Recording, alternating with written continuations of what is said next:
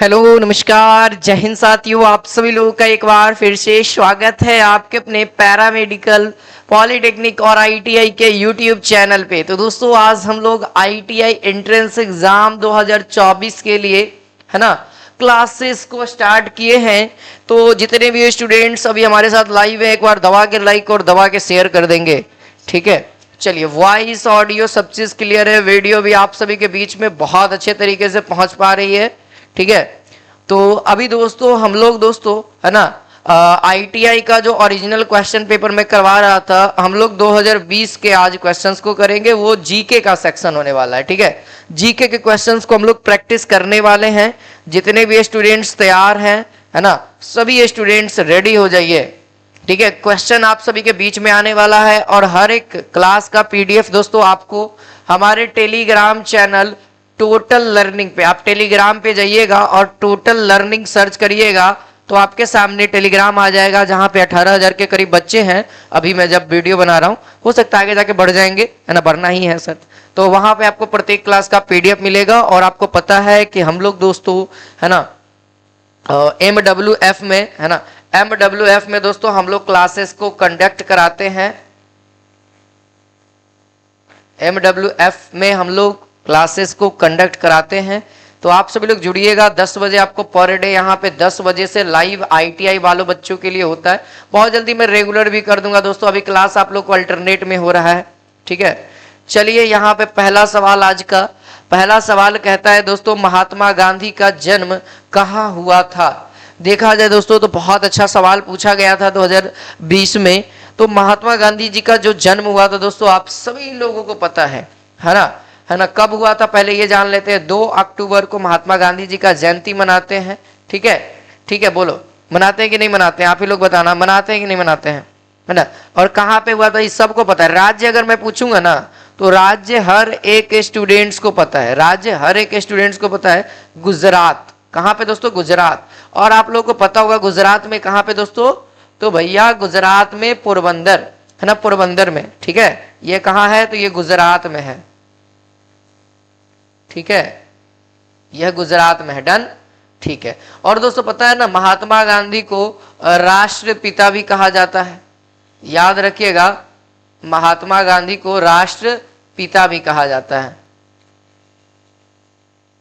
ठीक है। और इनको दोस्तों महात्मा गांधी की उपाधि रविंद्रनाथ, ये महात्मा जो है इनका पूरा नाम मोहनदास करमचंद गांधी है, लेकिन महात्मा की जो उपाधि हुई थी रविंद्रनाथ टैगोर ने दिया था। और इनको दोस्तों बापूजी से भी पुकारा जाता है, बापूजी, ठीक है। और बाबूजी से दोस्तों हम लोगों ने पिछले क्लास में किया था, जगजीवन को पुकारा जाता है, ठीक है। अगला सवाल आप सभी के बीच में है दोस्तों कि चमकीला ग्रह कौन सा है। दोस्तों चमकीला ग्रह कौन सा है? जल्दी से हर एक विद्यार्थी मुझे कमेंट सेक्शन में बताएंगे, ठीक है। देखा जाए तो यहाँ पे सभी बच्चे बता रहे, जैसे अंकित, अन्नू, है ना, बहुत सारे बच्चे जुड़े हुए हैं, आईटीआई वाले बच्चे, ठीक है। बृहस्पति, मंगल, शुक्र, शनि। मेरे को भैया तुम कमेंट करके आंसर बताओ। चमकीला ग्रह, बहुत शानदार सा प्रश्न है। देखो, चमकीला ग्रह दोस्तों किसे कहा जाता है? तो याद रखेंगे, यह सवाल पारा मेडिकल में भी पूछा गया है, यह आईटीआई के 2020 में पूछा गया है। चमकीला ग्रह दोस्तों शुक्र को कहा जाता है ना, शुक्र को कहा जाता है भोर का तारा, है ना। भोर का तारा भी दोस्तों शुक्र ग्रह को कहा जाता है, इस बात को ध्यान रखेंगे, है ना।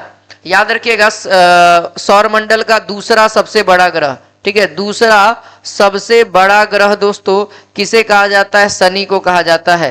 शनि सबसे बड़ा ग्रह, ठीक है। देखिएगा दोस्तों, आप लोगों को पृथ्वी से मात्र एक ही ग्रह है जो कि दिखाई देता है, शुक्र, है ना। शुक्र एक ऐसा मात्र ग्रह है जो पृथ्वी से हमारी नंगों आंखों से दिखाई देता है, ठीक है। छोटा सा तारा के जैसा दिखाई देता है, इसीलिए इसको भोर का तारा भी कहा जाता है। मंगल, तो मंगल आपको पता है इसकी जमीन लाल है ना, लाल ग्रह भी इसे कहा जाता है, मार्स, लाल ग्रह। बृहस्पति को दोस्तों सबसे बड़ा ग्रह कहा जाता है, सौर मंडल का सबसे बड़ा ग्रह। हमारी गैलेक्सी का नाम क्या है दोस्तों? मिल्की वे नाम है। हमारी गैलेक्सी का क्या नाम है?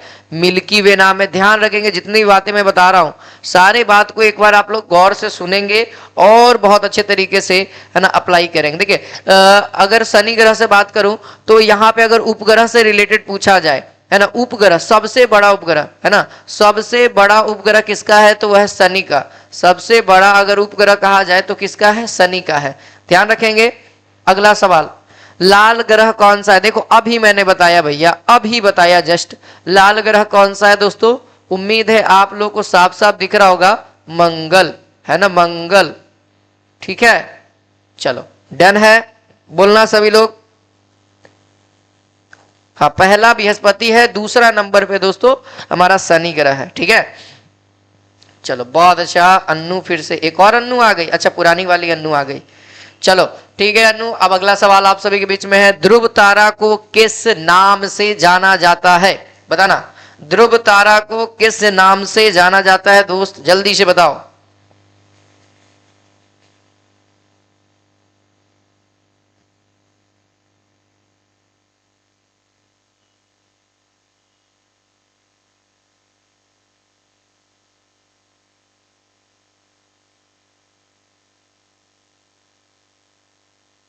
है ना, बहुत शानदार भैया, बहुत शानदार। यहाँ पे बच्चे आंसर भी बता रहे हैं। ठीक है, तो चलो मैं इसका आंसर आप सभी को क्लियर कर देता हूं। अल्फा उर्साए है ना, माइनोरिस है ना, अल्फा उर्साए उर्साए है ना, अल्फा उर्साए है ना, माइनोरिस। ठीक है, माइनोरिस ये ध्रुव तारा का एक दूसरा नाम है। ठीक है, लोग इसके नाम से भी जानते हैं।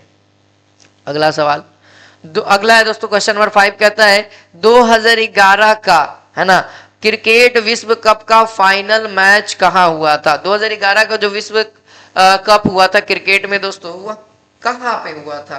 किस जगह पे हुआ था? ऑप्शन है फिरोज शाह कोटला, ईडन गार्डन, वानखेड़े स्टेडियम या फिर चेपक स्टेडियम। हाँ, थोड़ा सा गला खराब होगा दोस्तों। चलिए बहुत अच्छा। यहां पे दोस्तों जो हुआ था वानखेड़े स्टेडियम में हुआ था। कहां पे हुआ था दोस्तों? वानखेड़े स्टेडियम। डन है।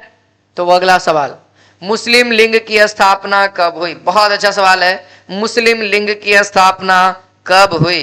1906, 1907, 1916, 1940? बताएंगे बताएंगे जल्दी से। सभी बच्चों को याद होना चाहिए सवाल है ना, सभी बच्चों को ये सब सवाल याद होने चाहिए मेरे भाई। ठीक है, मुस्लिम लीग की जो स्थापना हुई थी दोस्तों कब हुई थी? हाँ, ध्यान रखेंगे दोस्तों। क्वेश्चन नंबर जो 6 का आंसर हो जाएगा वो हो जाएगा 1906 ईस्वी में है ना, 1906 ईस्वी में हुई थी। डन है। चलिए आगे बढ़ते हैं। बांग्लादेश की मुद्रा क्या है? बहुत अच्छा सा सवाल है, बहुत अच्छा सा सवाल है। देखिए बांग्लादेश की मुद्रा कौन सा है? देख सकते हैं PYQ में किस लेवल के जीके के सवाल आ रहे हैं भैया। मैं केवल आपको PYQ करा रहा हूं। जब आप चैप्टर वाइज डिस्कशन करेंगे है ना, विविध जब पढ़ेंगे अपने लोग, तो दोस्तों वहां पे बहुत अच्छे से हर एक पॉइंट को डिस्क्राइब करके पढ़ेंगे ताकि वहां से भी पॉइंट निकाला जाए। ठीक है, जैसे बांग्लादेश की मुद्रा, तो बांग्लादेश की मुद्रा क्या हो जाएगी?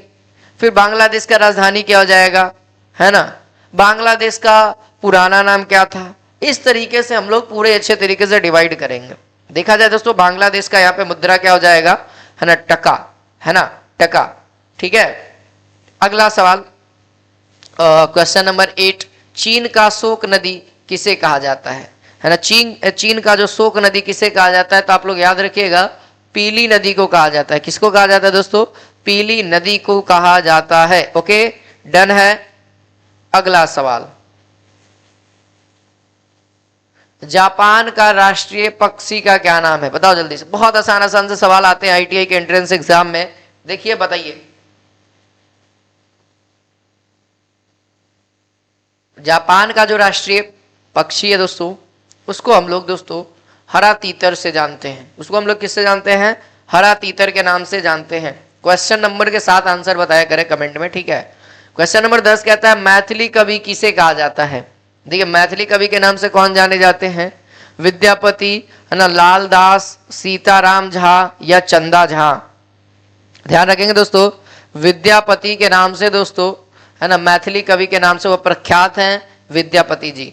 अगला है दोस्तों, भारत का सर्वाधिक वन क्षेत्र वाला राज्य कौन सा है? देखा जाए दोस्तों तो इसका आंसर क्या हो जाएगा? ऑप्शन नंबर सी यानी एमपी। अगर आप मध्य प्रदेश कभी जाओगे तो वहां पे दोस्तों पेड़ पौधे यानी वन पे बहुत ही संरक्षण किया गया है, बहुत ही ज्यादा अधिनियम लगाए गए हैं, एक्ट है, कानून है, ठीक है। ऐसे तो पूरे भारत में है लेकिन वहां पे कुछ ज्यादा ही कड़ाई है, ठीक है, और इसीलिए वह वन वाला, सबसे अधिक वन वाला राज्य भी है। अगला है दोस्तों क्वेश्चन नंबर 12 कहता है सिक्किम का राजकीय पशु क्या है? सिक्किम का राजकीय पशु क्या है? देखो दोस्तों, सिक्किम का राजकीय पशु क्या है दोस्तों? तो याद रखिएगा दोस्तों, इसका आंसर हो जाएगा रेड पांडा, ठीक है। कौन है दोस्तों? तो रेड पांडा इसका करेक्ट आंसर होगा। डन है ना? चलो ठीक है, डन है। तो अगला सवाल, ओडिशा का राजकीय पशु सॉरी पक्षी है, राजकीय पक्षी है, तो देखिए ओडिशा का क्या हो जाएगा? भारतीय रोलर, है ना, भारतीय रोलर, ठीक है। और अपना बिहार का बात करें दोस्तों तो बिहार का गौरैया होता है, ठीक है, बिहार का गौरैया है, ठीक है। आगे बढ़ते हैं, ब्रह्म समाज के संस्थापक कौन थे? इतिहास में आ चुके हैं दोस्तों, ब्रह्म समाज के संस्थापक कौन है? राजा राम मोहन राय, है ना, केशव चंद्र सेन, स्वामी विवेकानंद, स्वामी दयानंद सरस्वती। तो याद रखेंगे दोस्तों, है ना, ब्रह्म समाज के जो संस्थापक हैं वह दोस्तों राजा राम मोहन राय हैं, है ना। ब्रह्म समाज के जो संस्थापक हैं वो कौन है दोस्तों? राजा राम मोहन राय। अगला सवाल देखा जाए, पोलियो के पीने वाला, है ना, पीने वाला तक का आविष्कार किसने किया? टीका होगा दोस्तों, इसको हम लोग टीका कहते हैं, है ना, पीने वाला टीका। एक होता है सुई वाला, है ना, एक होता है पीने वाला, है ना। देखते होंगे जब आप बचपन में जब छोटे होंगे तो आपको एक ड्रॉप पिलाया जाता था और हाथ में नाखून को रंगा जाता था ताकि पता लगे कि वो बच्चा पोलियो का ड्रॉप पिया है कि नहीं, परमानेंट मार्कर से, ठीक है। तो वो जो ड्रॉप बनाया था दोस्तों, वो बनाया था क्रोपोस्की, है ना, क्रोप्रोअस्की, है ना, अस्की, है ना, क्रोप्रोअस्की ने बनाया था दोस्तों, ठीक है। अगला सवाल देखा जाए, इसका टीका भी आता है। अगला सवाल दोस्तों, यानी सुई दिया, इंजेक्शन दिया जाता है। अगला सवाल है, एशिया का सबसे बड़ा पशु का मेला कहाँ आयोजित किया जाता है? एशिया का, है ना, महादेश, है ना, एशिया महादेश का सबसे बड़ा पशु का मेला जो आयोजित किया जाता है दोस्तों, वो अपने बिहार में, है ना, सोनपुर में किया जाता है। अगला सवाल है, ईरान का पुराना नाम क्या है ना, ईरान का पुराना नाम क्या है दोस्तों?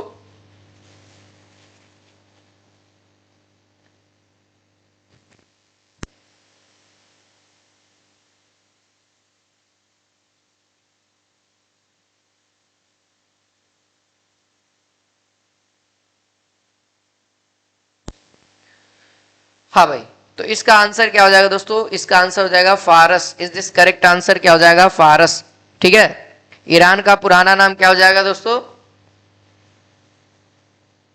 फारस, ठीक है, डन है। आगे आगे बढ़ते हैं अगला सवाल की ओर। देखो निप्पन जो होता है ना, वो ये निप्पन जो है दोस्तों हम लोग जापान को कहते हैं, है ना, जापान को याद रखिएगा। इराक को हम लोग दोस्तों मीसोपोटामिया कहते हैं, इराक को हम लोग दोस्तों मीसोपोटामिया कहते हैं, ध्यान रखिएगा, ठीक है। इराक का पुराना नाम क्या है दोस्तों? मीसोपोटामिया। चलिए अगला सवाल देखिए, महाराष्ट्र का राजकीय वृक्ष क्या है? आप लोग बताइए, महाराष्ट्र का राजकीय वृक्ष क्या है?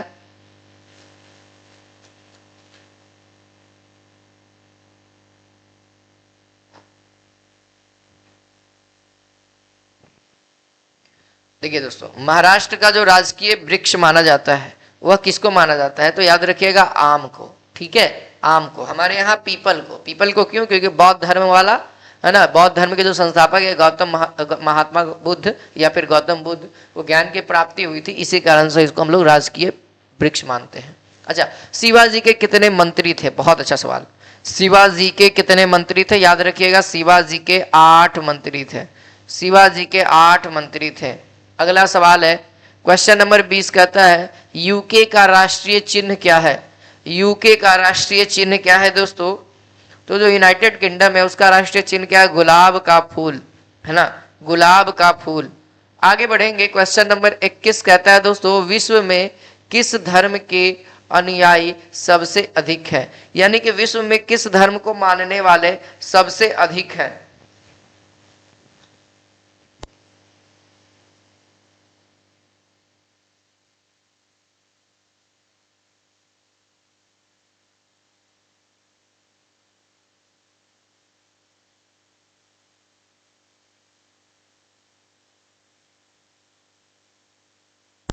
हाँ भैया, चलो ठीक है, बता दिए होगे आंसर। देखो सबसे पहला जो है ना दोस्तों, इसका आंसर पहले समझ लो, ठीक है, इसका पहले आंसर आप लोग समझ लो, ठीक है। हाँ देखो, जो विश्व में सबसे अधिक जो मानने वाले हैं धर्म को, वो है दोस्तों ईसाई, ये फर्स्ट नंबर पे आता है, ठीक है। फिर इस्लाम दूसरे नंबर पे आता है, और तीसरे नंबर पे दोस्तों विश्व भर में हिंदू के मानने वाले लोग हैं, है ना, हिंदू को मानने वाले लोग हैं, ठीक है। अब धीरे धीरे हिंदू धर्म का भी प्रचार हो रहा है। चलिए, क्वेश्चन नंबर 22 कहता है कि भारत में कौन सी भाषा सर्वाधिक बोली जाती है? भारत में कौन सी भाषा सर्वाधिक बोली जाती है? भारत में कौन सी भाषा सर्वाधिक बोली जाती है? आपको पता होना चाहिए, भारत में दोस्तों सबसे अधिक भाषा जो बोली जाती है वह हिंदी है ना, हिंदी ही बोली जाती है, ठीक है। क्योंकि लगभग जगह पे आपको जाइएगा तो हिंदी लोग समझ जाएंगे आपको, ठीक है। लेकिन जब मालूम है, जब राज्य का निर्माण किया जा रहा था, आपको मैं बताऊं, जब आप पॉलिटी पढ़िएगा तो जब राज्य का निर्माण हो रहा था तो उस समय मालूम है बताया, जैसे राज्य का डिवाइड होगा कि बिहार, पंजाब, हरियाणा, है ना, झारखंड, ये सब जो राज्य डिवाइड हो रहे थे, है ना। ये तो झारखंड तो इधर हुआ था, उससे पहले आंध्र प्रदेश हो गया, है ना, कर्नाटका हो गया, ये सब जो बने, मिजोरम, ये सब दोस्तों आपको मालूम होना चाहिए भाषा के आधार पे सारे डिवाइड हुए थे, है ना। बहुत कठिनाइयां हुई थी राज्य को क्रिएट करने में। अगला सवाल देखा जाए दोस्तों, क्वेश्चन नंबर 23 कहता है, भारत की प्रथम महिला केंद्रीय मंत्री कौन थी? है ना, ये तो दोस्तों हमारे पैरामेडिकल के एग्जाम में आया हुआ था।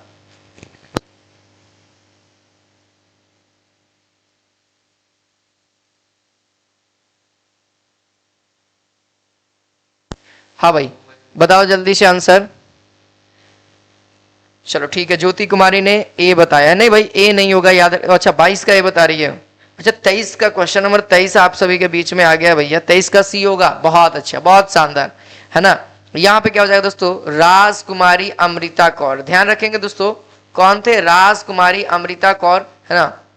और प्रथम राज्यपाल दोस्तों सरोजनी नायडू, है ना। एनी बेसेंट दोस्तों हमारे कांग्रेस के अध्यक्ष रही, ठीक है। आगे बात करते हैं, भारत का सबसे बड़ा गिरजाघर, भारत का सबसे बड़ा गिरजाघर यानी जो चर्च होता है उसको हम लोग कहते हैं, कहाँ का है? कहाँ का है, जल्दी से बताना।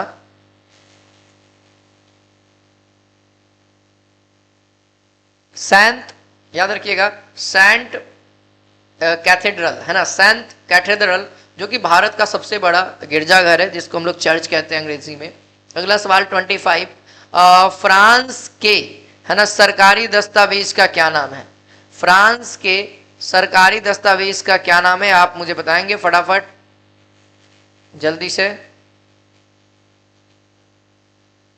फ्रांस के सरकारी दस्तावेज का क्या नाम है? देखिए यहाँ पे ऑप्शन है, यहाँ पे ऑप्शन आप सभी को दिख रहा होगा,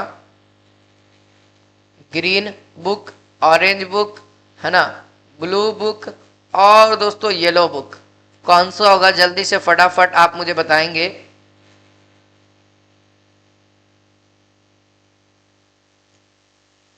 चलो ठीक है, बहुत अच्छा, बहुत अच्छा दोस्तों, याद रखिएगा इसका आंसर क्या हो जाएगा। जिनको नहीं पता है वो याद रखेंगे, येलो बुक कहा जाता है, यानी कि दोस्तों ऑप्शन नंबर डी 25 का करेक्ट आंसर होगा। अगला दोस्तों, कोविड-19 से बचाव के लिए सबसे सुरक्षित मास्क कौन सा है?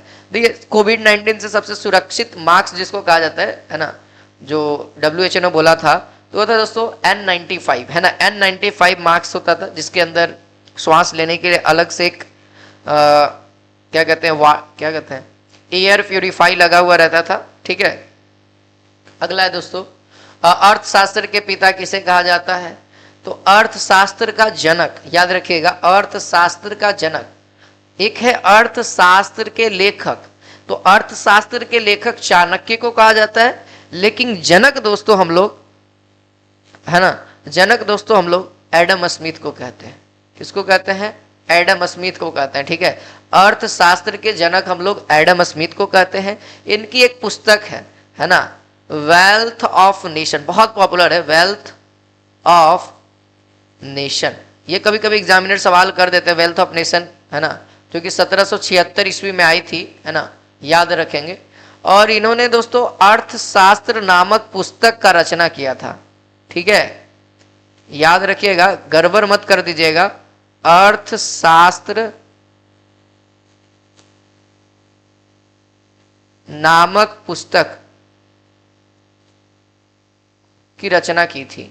चलिए भैया अगला सवाल, 28 नंबर सवाल कहता है अर्थशास्त्र के लेखक कौन है? देखिए वही आ गया ना, चाणक्य, या फिर इन्हीं का नाम आप समझ रहे होंगे, है ना, और विष्णुगुप्त भी कहा जाता है, कौटिल्य भी कहा जाता है इनको।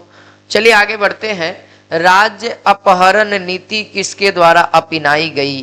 है ना, राज्य अपहरण नीति किसके द्वारा अपनाई गई? तो दोस्तों जो वायसराय थे लॉर्ड डलहौजी के द्वारा ये चीज अपनाई गई थी। ठीक है, इस बात को ध्यान रखेंगे।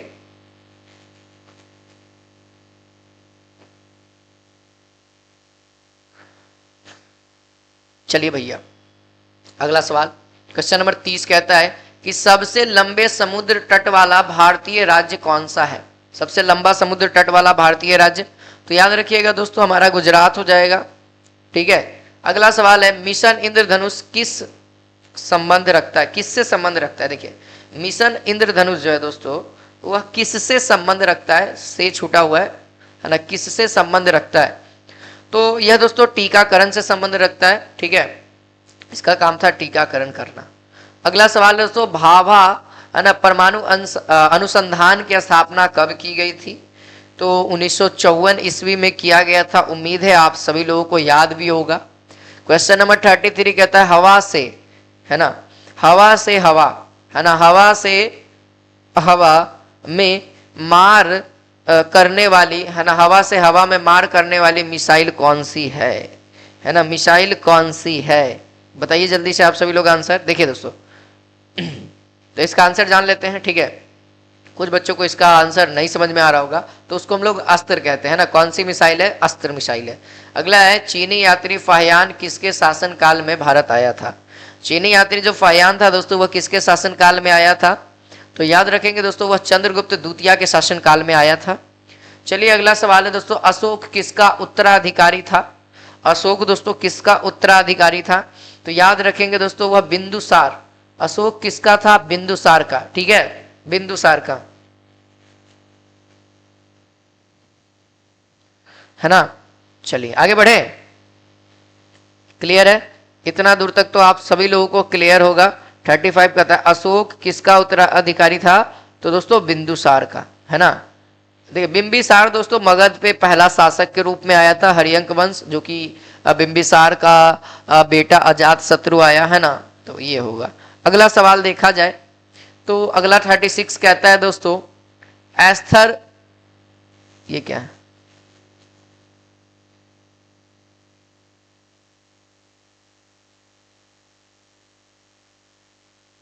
सवाल में थोड़ा सा चेंजेस हो चुका है दोस्तों, चलो कोई नहीं। सवाल है एस्थर डुफ्लो को किस क्षेत्र में नोबेल पुरस्कार दिया गया? एस्थर डुफ्लो को किस क्षेत्र में नोबेल पुरस्कार दिया गया? बहुत अच्छा सवाल है। तो याद रखिएगा दोस्तों एस्थर डुफ्लो एक दोस्तों अर्थशास्त्री थे, इकोनॉमिस्ट थे, और इनको दोस्तों इकोनॉमी के क्षेत्र में, है ना, नोबेल पुरस्कार दिया गया था। अगला सवाल है रमन मगासेसे पुरस्कार का सबसे पहले किसे दिया गया? अगर मैं भारत की बात करूं दोस्तों तो भारत में विनोबा भावे को दिया गया था। ठीक है, भारत में दोस्तों विनोबा भावे को, है ना, दिया गया था।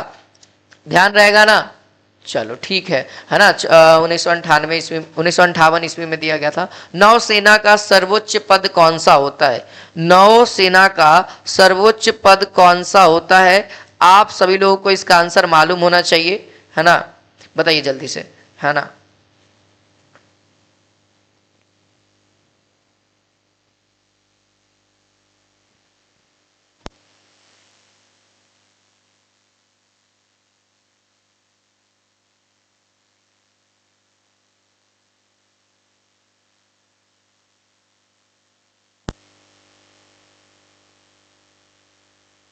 तो देखा जाए दोस्तों तो इसका आंसर आप सभी लोग क्या बता रहे हैं, जल्दी से बताइए,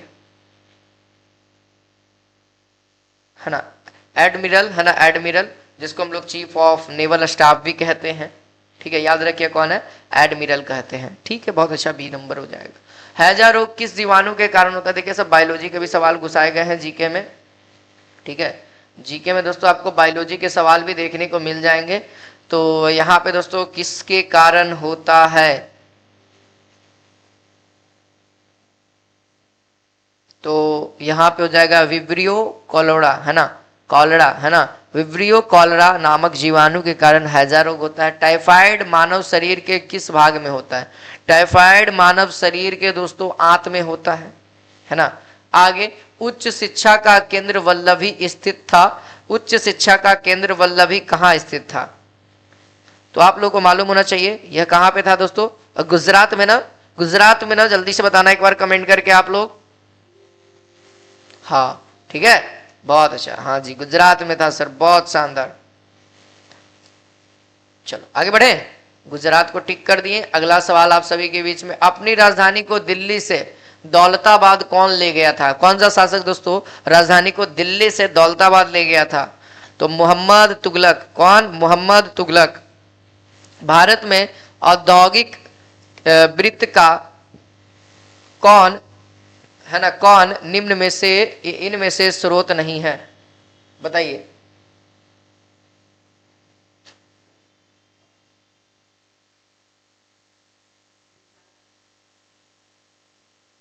चलिए यहाँ पे क्या हो जाएगा, यूनाइटेड ट्रस्ट ऑफ इंडिया, है ना, यूनाइटेड ट्रस्ट ऑफ इंडिया दोस्तों भारत का औद्योगिक वृत्त का भाग या स्रोत नहीं है। ठीक है, आगे बढ़ते हैं दोस्तों। भारतीय अर्थव्यवस्था में किस पंचवर्षीय योजना के काल के दौरान कीमत स्तर घटा था? कीमत स्तर घटा था, तो याद रखिएगा दोस्तों वह चौथी के कारण, किसके? चौथा में। ठीक है, चौथा पंचवर्षीय योजना में। अगला है कि भारत में नोट निर्गमन प्रणाली आधारित है। हमारे भारत में नोट निर्गमन प्रणाली दोस्तों न्यूनतम कोष प्रणाली पर आधारित है। किस पर? न्यूनतम कोष प्रणाली पर आधारित है। चलिए अगला सवाल, क्वेश्चन नंबर 46 कहता है कि बिहार राज्य की मुख्य नगद फसल कौन सी है? बिहार राज्य की मुख्य नगद फसल दोस्तों गन्ना है, जो आपको पता है बिहार में सबसे ज्यादा मात्रा में होता है। अगला है, ठीक है, भारतीय संविधान में किस अनुच्छेद के अंतर्गत नागरिकों को मौलिक अधिकार प्रदान किया गया? है ना, मौलिक अधिकार किस अनुच्छेद के अंतर्गत दिया गया है? आप सभी लोगों को मालूम होना चाहिए। भारत सरकार को कानूनी विषयों पर कौन परामर्श देता है? तो याद रखिएगा, है ना, एंटॉर्नी, है ना, एंटॉर्नी जनरल, एंटॉर्नी जनरल को कहा जाता है। ठीक है, अगला है 49 यहाँ पे कहता है उच्चतम न्यायालय के न्यायाधीशों की संख्या की वृद्धि करने की शक्ति किसके पास है ना, किसके पास है दोस्तों? तो याद रखिएगा दोस्तों वह सांसद के पास है। किसके पास है? सांसद के पास है। ठीक है, अगला सवाल है कि भारत में बैंकिंग प्रणाली में उच्चतम बैंक कौन सा है? बैंकिंग प्रणाली में सबसे उच्चतम बैंक दोस्तों आरबीआई है, सबको पता है ना, जहां पे दोस्तों दो ही लोगों का बैंक अकाउंट है, एक केंद्र का एक राज्य का। ठीक है, यानी रिजर्व बैंक ऑफ इंडिया, इसमें कोई आम आदमी का अकाउंट नहीं खुलता है। ठीक है, तो उम्मीद है आज का ये क्लास आप सभी लोगों को बहुत अच्छा लगा होगा। बहुत सारे क्वेश्चंस किए, 50 क्वेश्चंस किए, और आप सभी लोग दोस्तों इस चैनल के साथ जुड़े रहिए, चैनल को सब्सक्राइब कर लीजिए। आपको इसी तरीके से पर डे क्लास 10 बजे मिलता है, और दोस्तों इसका पीडीएफ आपको हमारे टेलीग्राम चैनल टोटल लर्निंग पे दे दिया जाएगा। आज के लिए इतना ही। जय हिंद, जय भारत।